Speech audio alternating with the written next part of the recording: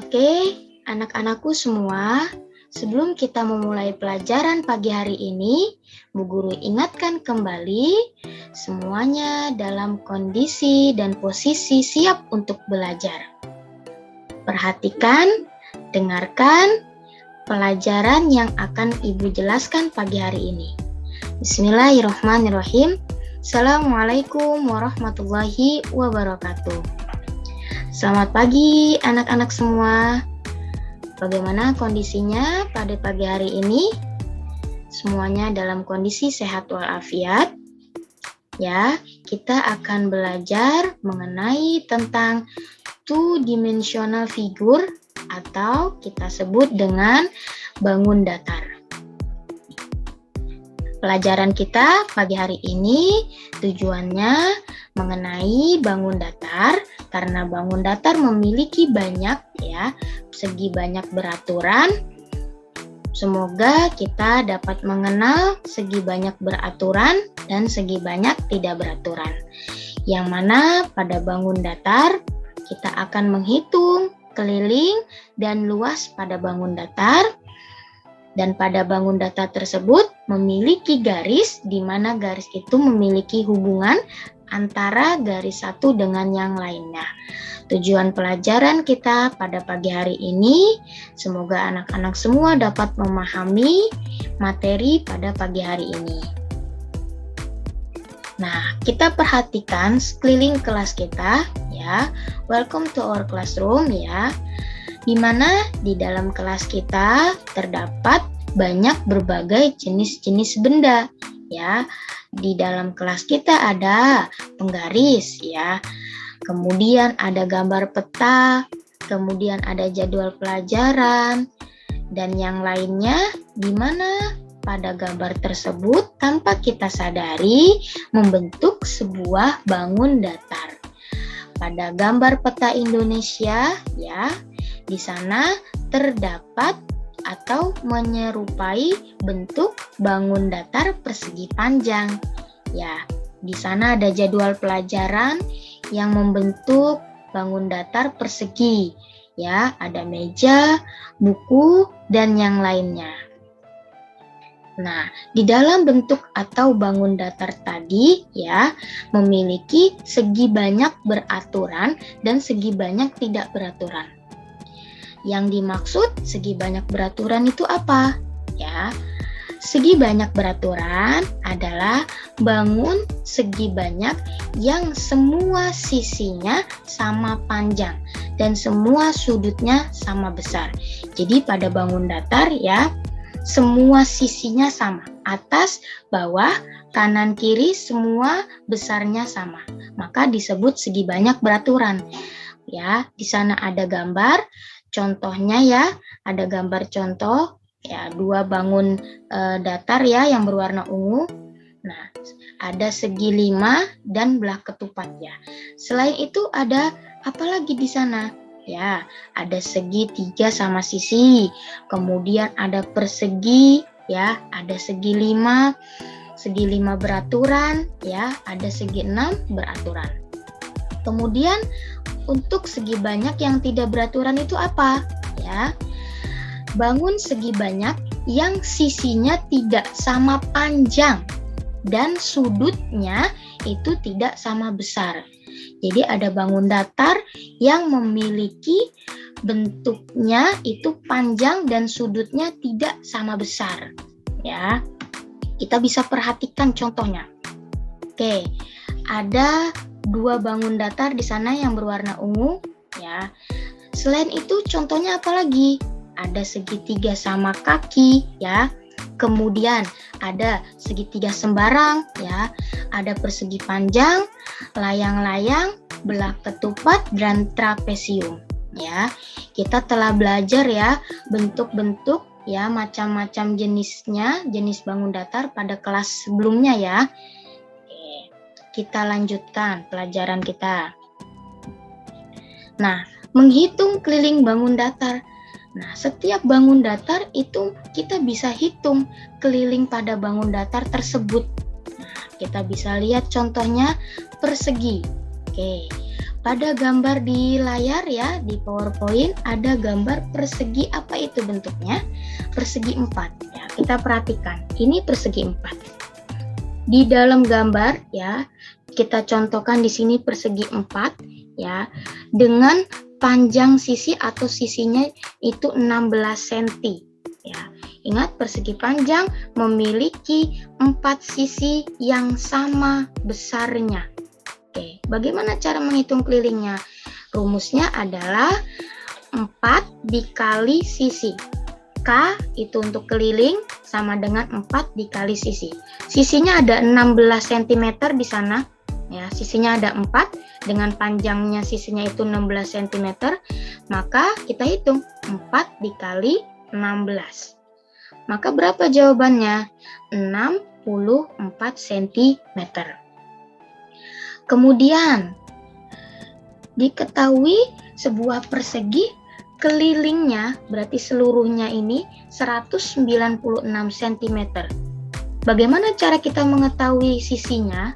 Ya, cara mengetahui sisinya, rumusnya adalah S atau sisi ya, sama dengan K dibagi 4. K itu keliling ya, dibagi 4. Kelilingnya sudah ketahuan di sana, 196 cm. Ya, tinggal dibagi 4 karena sisinya ada 4 untuk persegi ya, atas bawah kanan kiri kita masukkan 196 dibagi 4, maka hasilnya adalah 49 cm. Kemudian bangun datar selanjutnya adalah persegi panjang ya, persegi panjang. Kita bisa lihat persegi panjang pada gambar ya, itu untuk panjangnya adalah 16 cm dan lebarnya adalah 8 cm. Bagaimana cara menghitung kelilingnya? Rumusnya adalah keliling K ya sama dengan 2 dikali panjang tambah lebar. Mengapa 2? Karena pada persegi panjang ya terdapat 4 sisi, di mana dua sisi itu sama panjangnya. Jadi atas dengan bawah itu 2 sisi ya, panjangnya sama. Kemudian kanan dengan kiri itu 2 sisi, panjangnya sama. Jadi ada 2 sisi yang jumlah panjangnya sama ya. Maka kita masukkan rumusnya. Di sana ya, untuk panjangnya itu 16 cm. Nih, lebarnya 8 cm. Mari kita hitung ya. 2 dikali 16 ditambah 8. Hitung dulu dalam kurungnya ya, 16 tambah 8. 16 tambah 8 dapatlah hasilnya 24. Baru kita bisa kalikan. 2 ya dikali 24. Maka hasilnya adalah 48 cm. Oke. Kemudian contoh soal lain ya. Diketahui nih sebuah persegi panjang kelilingnya 146 cm. Nah, hanya ketahuan panjangnya saja ya, atau lebarnya saja 32 cm. Sedangkan salah satu panjang atau lebarnya tidak diketahui. Bagaimana cara menghitungnya? Nah, cara menghitungnya rumusnya adalah P atau panjang sama dengan K keliling dibagi 2 dikurang L ya. L itu apa? Ya, di sini L itu adalah lebar. Oke. Maka kita masukkan kelilingnya 146 ya dibagi 2. Untuk lebarnya 32 cm. Berarti panjangnya belum ketahuan berapa di sini. Maka kita masukkan untuk 146 dibagi 2 hasilnya adalah 73. Kemudian dikurang 32 karena lebarnya 32. Maka hasilnya 41 cm. Kita lanjutkan. Nah, kita akan belajar mengenai jenis-jenis segitiga. Di sini ada segitiga berdasarkan besar sudutnya. Jadi setiap bangun datar ya di segitiga, sudut itu apa? Sudut itu yang di ujung-ujung sini ya, yang mempertemukan garis itu sudut. Nah, macam-macam segitiga ya. Ada segitiga siku-siku. Segitiga siku-siku itu apa? Ya. Dia memiliki besar salah satu sudutnya itu 90 derajat.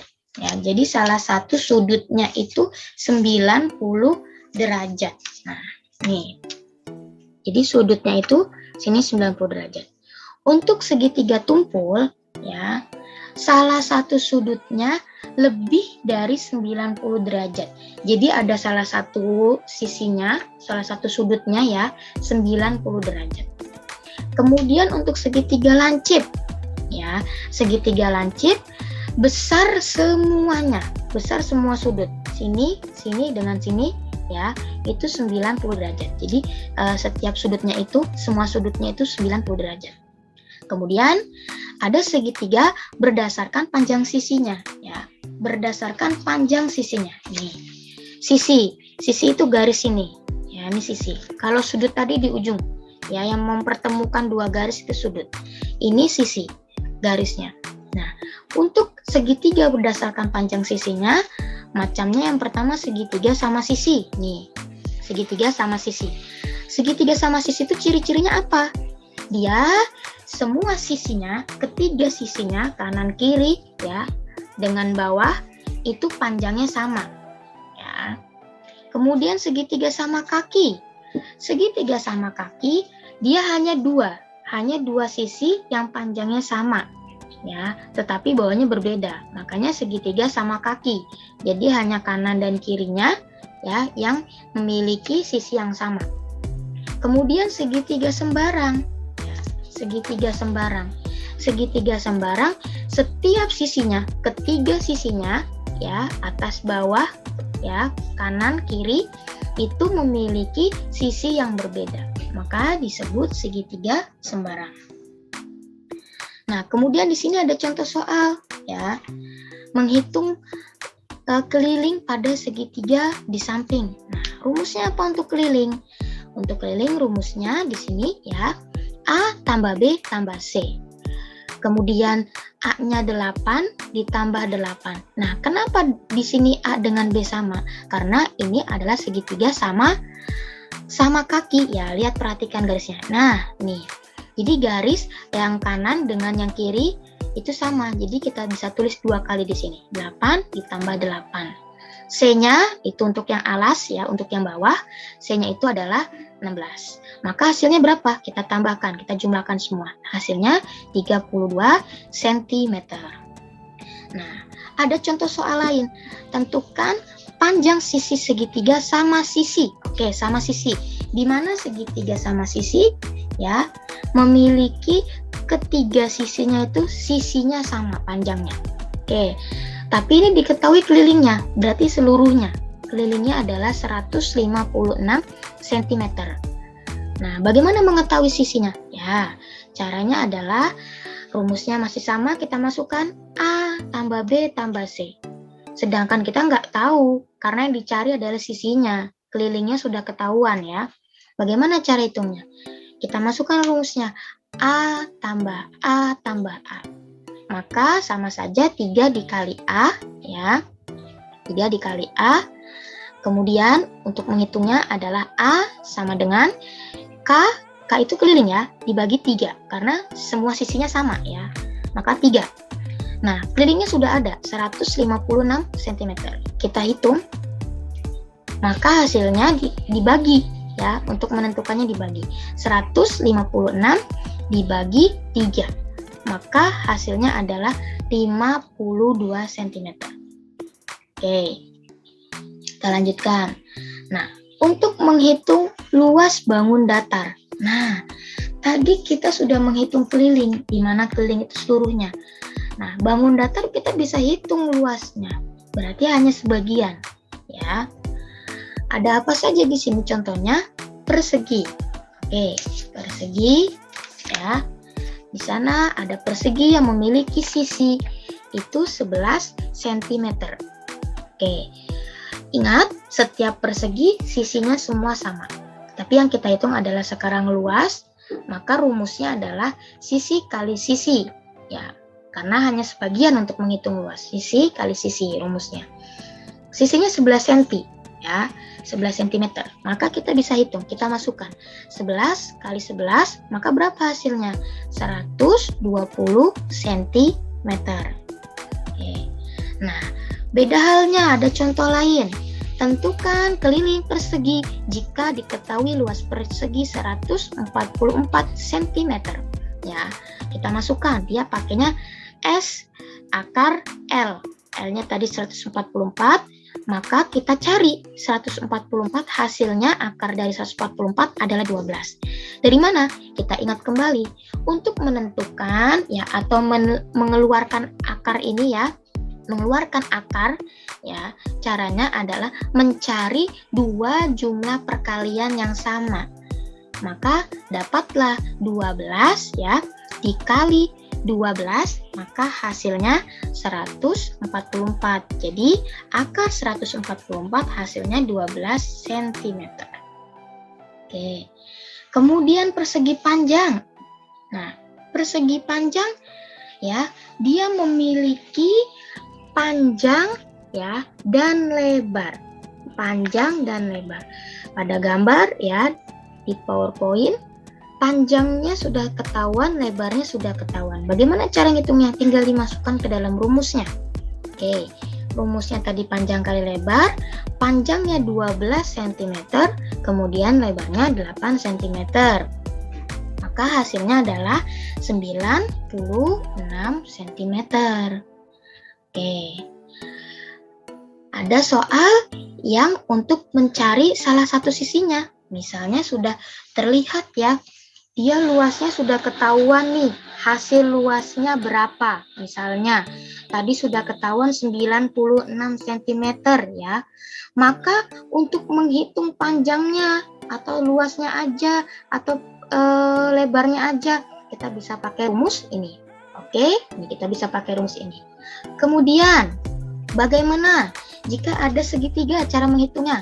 Nah, segitiga itu ya terdiri dari alas dan tinggi. Bagaimana cara menghitungnya alas dan tinggi? Ya.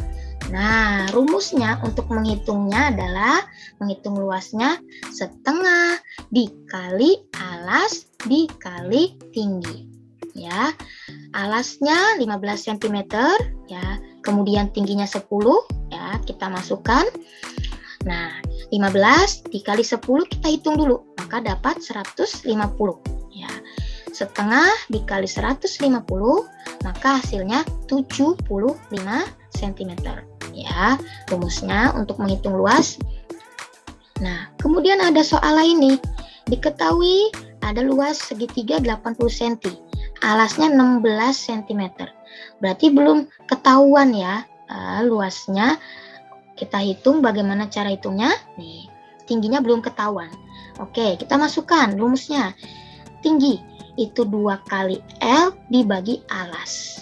Ya, sudah ketahuan, tadi luasnya adalah 80 cm, kemudian alasnya 16 cm. Maka 160 didapat dari 2 kali 80 dibagi 16.